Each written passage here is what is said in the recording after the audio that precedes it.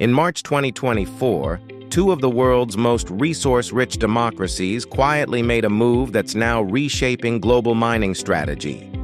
Canada and Australia, separated by an ocean but bound by a common vision, joined forces to secure the minerals that power electric vehicles, defense systems, and clean energy grids.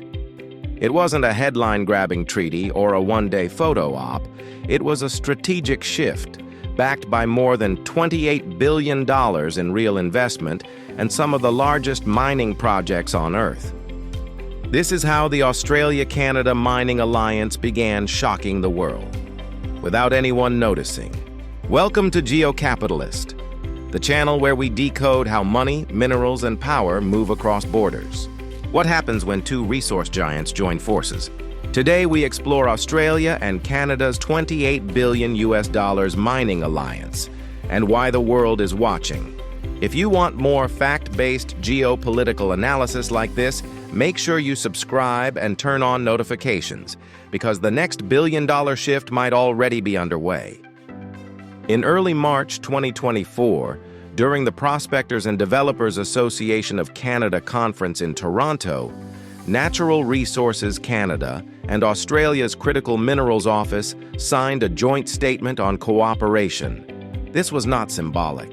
It was the foundation for an alliance designed to link two mining superpowers into one critical minerals supply chain, spanning potash, nickel, lithium, and rare earths. Both countries recognized the same challenge: global dependence on unstable suppliers. Together, they committed to shared extraction standards, processing technology, and ESG oversight. Behind the policy language was a clear message: the West must control its own minerals.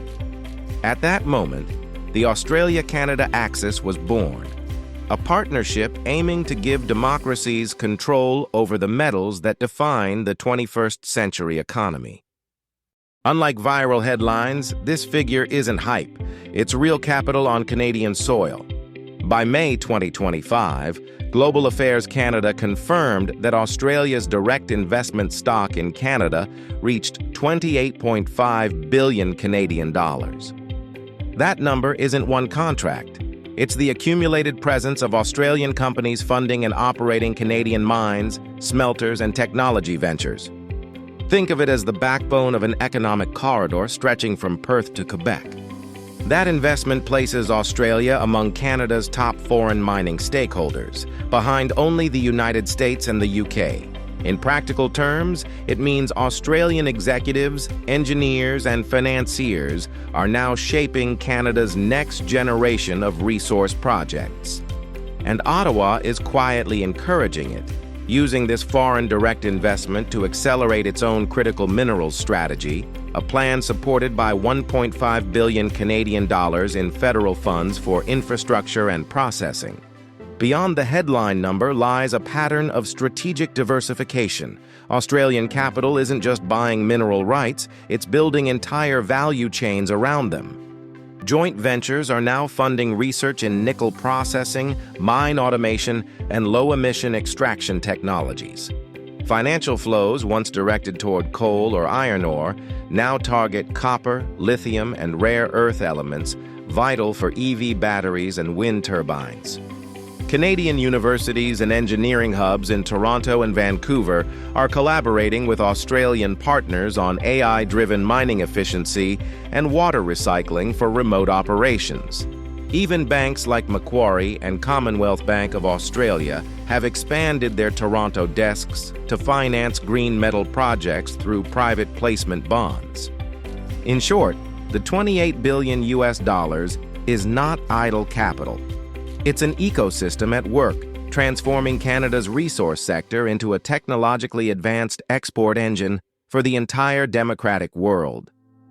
At the center of this alliance stands BHP, the world's largest mining company and an Australian icon.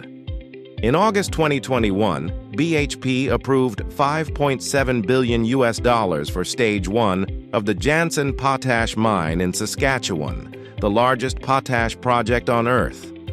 By July 2025, cost guidance rose to roughly $7 billion, with first production expected by mid-2027. Meanwhile, Rio Tinto, headquartered in Melbourne and London, expanded its AP60 aluminum smelter in Quebec in June 2023, investing another $1.1 billion to produce low-carbon metal. It also launched a $737 million Canadian dollars decarbonization and R&D program in October 2022. These aren't announcements. They're physical projects employing thousands, exporting billions, and anchoring Canada's role in sustainable materials. Every ton of potash and every ingot of green aluminum from these sites represents the alliance in motion. Real steel, real copper, real jobs. Behind these mega projects is a supply chain that extends well beyond the mine gate. BHP has committed to electrifying its Jansen truck fleet and powering operations entirely with renewable energy by 2030, a first for any potash mine of its scale. Its engineering teams in Perth and Saskatoon coordinate daily on 3D modeling and digital twin technology, reducing construction delays and carbon footprint simultaneously. Rio Tinto's Quebec facility, meanwhile, serves as the prototype for Elysis, its joint venture with Alcoa and Apple, to commercialize carbon-free smelting. That technology is expected to cut global industrial emissions by more than 7 million tons annually once scaled. Add in new support contracts for Indigenous communities, rail logistics expansions in Labrador, and software partnerships with Australian automation firms like Orica and Sandfire, and you see why the backbone projects are more than infrastructure. They are the operating system of a new trans-Pacific resource economy linking Canada and Australia for decades to come. Beyond the giants, smaller Australian firms are reshaping Canada's resource map. In May 2024, Wyloo Metals, backed by Australian billionaire Andrew Forrest, signed an MOU with the city of Greater Sudbury to build Canada's first mine-to-precursor cathode material facility, a downstream hub connecting mining directly to battery manufacturing. Vital Metals, another Australian company, rerouted its Nicolacho rare earth output in August 2024, away from Chinese processors toward domestic Canadian refining. These moves show how Australia's know-how complements Canada's resources. Processing meets production. Together, they're building not just mines, but entire clean tech value chains that keep profits and technology inside allied borders. What makes these firms critical is their speed, innovation, and independence from traditional financing models. Wyloo is developing vertical integration, owning everything from ore to anode, allowing Canada to leapfrog years of industrial dependency. Their planned Sudbury facility could process up to 50,000 tons of nickel-based material annually, enough to power hundreds of thousands of electric vehicles. Vital Metals, meanwhile, has become the symbol of friend-shoring, diverting rare earth supply chains from authoritarian markets toward democratic partners. These companies are supported by both governments' critical mineral grant programs and are testing environmentally responsible extraction technologies using lower-emission hydrometallurgy. Their agility complements the heavy investment of Rio Tinto and BHP, proving that national strategy doesn't rely solely on mega projects, but also on small to medium innovators who adapt fast, take risks, and set new standards for responsible mining. In essence, these firms are the vanguard of the next phase, one where Australia and Canada lead through innovation, not just scale. This alliance isn't about sentiment, it's about strategic independence. For 2 decades, China dominated global mineral refining, controlling up to 90% of rare earth processing. Now, with Canada and Australia linking capabilities, that monopoly is being quietly eroded. Their combined reserves rank among the top 5 globally for lithium, nickel, and rare earths. By coordinating extraction standards and ESG policies, they're offering Europe, Japan, and the United States a transparent, stable supply chain. Analysts from the International Energy Agency note that diversification from single-source minerals could reduce price volatility by 30% over the next decade. In essence, this partnership doesn't just serve two nations, it stabilizes the global clean energy transition. It also represents a realignment of trust. Western allies building a supply ecosystem that isn't vulnerable to geopolitical blackmail. For automakers and tech companies, this alliance means predictable inputs for batteries, turbines, and semiconductors.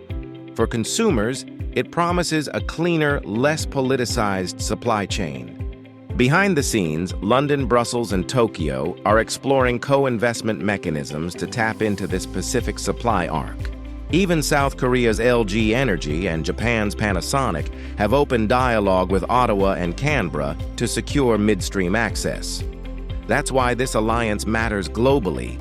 It's not only an economic play, it's a structural safeguard for the next industrial revolution. The numbers are profound. Canada attracted a record 85.5 billion Canadian dollars in foreign direct investment in 2024, and mining was a key driver. The BHP Jansen project alone is expected to support 3,500 construction jobs and 600 permanent positions once operational. Rio Tinto's Quebec expansion adds another 1,000 construction roles and nearly 400 high-skilled jobs in low-carbon manufacturing. Meanwhile, Australian suppliers benefit from equipment exports, engineering contracts, and shared R&D frameworks valued in the hundreds of millions. For both countries, the return is not just GDP, it's leverage. Every mine, every refinery, every ton exported reduces dependence on unstable regions and strengthens the economic bond between two of the world's most trusted democracies. Over time, this creates a ripple effect across secondary industries: transport, data analytics, and renewable energy infrastructure. Canadian rail operators like CN and CP Rail are already upgrading freight lines in Saskatchewan and Quebec to handle increased mineral output. Financial institutions are rolling out green bonds to finance new mining infrastructure. In Australia, mid-tier contractors supplying heavy machinery to Canada are reporting their strongest order books in a decade. Even local communities are gaining. New training programs in First Nations regions and tech incubators in Ontario and Western Australia are creating jobs that didn't exist 5 years ago. Together, these layers of economic activity turn investment into influence. While others see this as a bilateral story, insiders recognize a Commonwealth revival. Canada and Australia are reinvigorating a network once centered on London, now centered on resources. Trade analysts call it the Anglo-Resource Ring, a web linking Australia's lithium, Canada's nickel, and the UK's advanced manufacturing base. By embedding ESG and transparent trade frameworks, the alliance attracts pension funds and sovereign investors seeking low-risk, long-term exposure. Even as Washington eyes the partnership with curiosity, both Ottawa and Canberra insist it complements, not competes with, the U.S. market. The message is clear. The resource world no longer orbits Washington or Beijing alone. What's emerging is a modern industrial alliance built on trust, data transparency, and democratic regulation. The City of London is quietly providing financial structuring for green metal exchanges tied to Canadian and Australian output. Singapore's Commonwealth-linked funds are exploring storage and logistics investments to back these flows. And within the European Union, Commonwealth-backed assets are being labeled as low risk, giving them favorable access to institutional capital. By 2030, analysts expect this Commonwealth corridor to channel hundreds of billions in sustainable finance, cementing its role as a geopolitical stabilizer between East and West. As of 2025, the Australia-Canada mining corridor is still forming, but its direction is unmistakable. The project's already committed total well over $10 billion in active construction, with 28.5 billion Canadian dollars of Australian investment driving expansion. If current trends continue, joint ventures could exceed 40 billion Canadian dollars by 2030, establishing a complete supply chain from raw extraction to EV components under democratic oversight. For the global economy, it means stability. For investors, it means opportunity. And for Canada and Australia, it marks the beginning of a new era. Two nations proving that cooperation, not competition, is the ultimate source of power. The next decade will likely bring consolidation across key industries: lithium processing in Ontario, potash exports through Vancouver, and integrated battery manufacturing zones in Quebec and Western Australia. Both governments are considering new visa and education programs to share mining expertise and workforce development. Artificial intelligence, automation, and clean energy logistics will define the alliance's next phase, pushing productivity higher while keeping emissions lower. By 2035, if these trends continue, Canada and Australia won't just be suppliers, they'll be standard setters in a resource economy that runs on transparency, technology, and trust. This was Australia and Canada's $28 billion mining alliance, and this is only the beginning. If you found value today, I highly recommend watching my next video. Don't forget to like, share, and subscribe to the channel. Also, feel free to leave your comment below, especially if this video made you think differently. I appreciate your support more than you know. See you in the next video.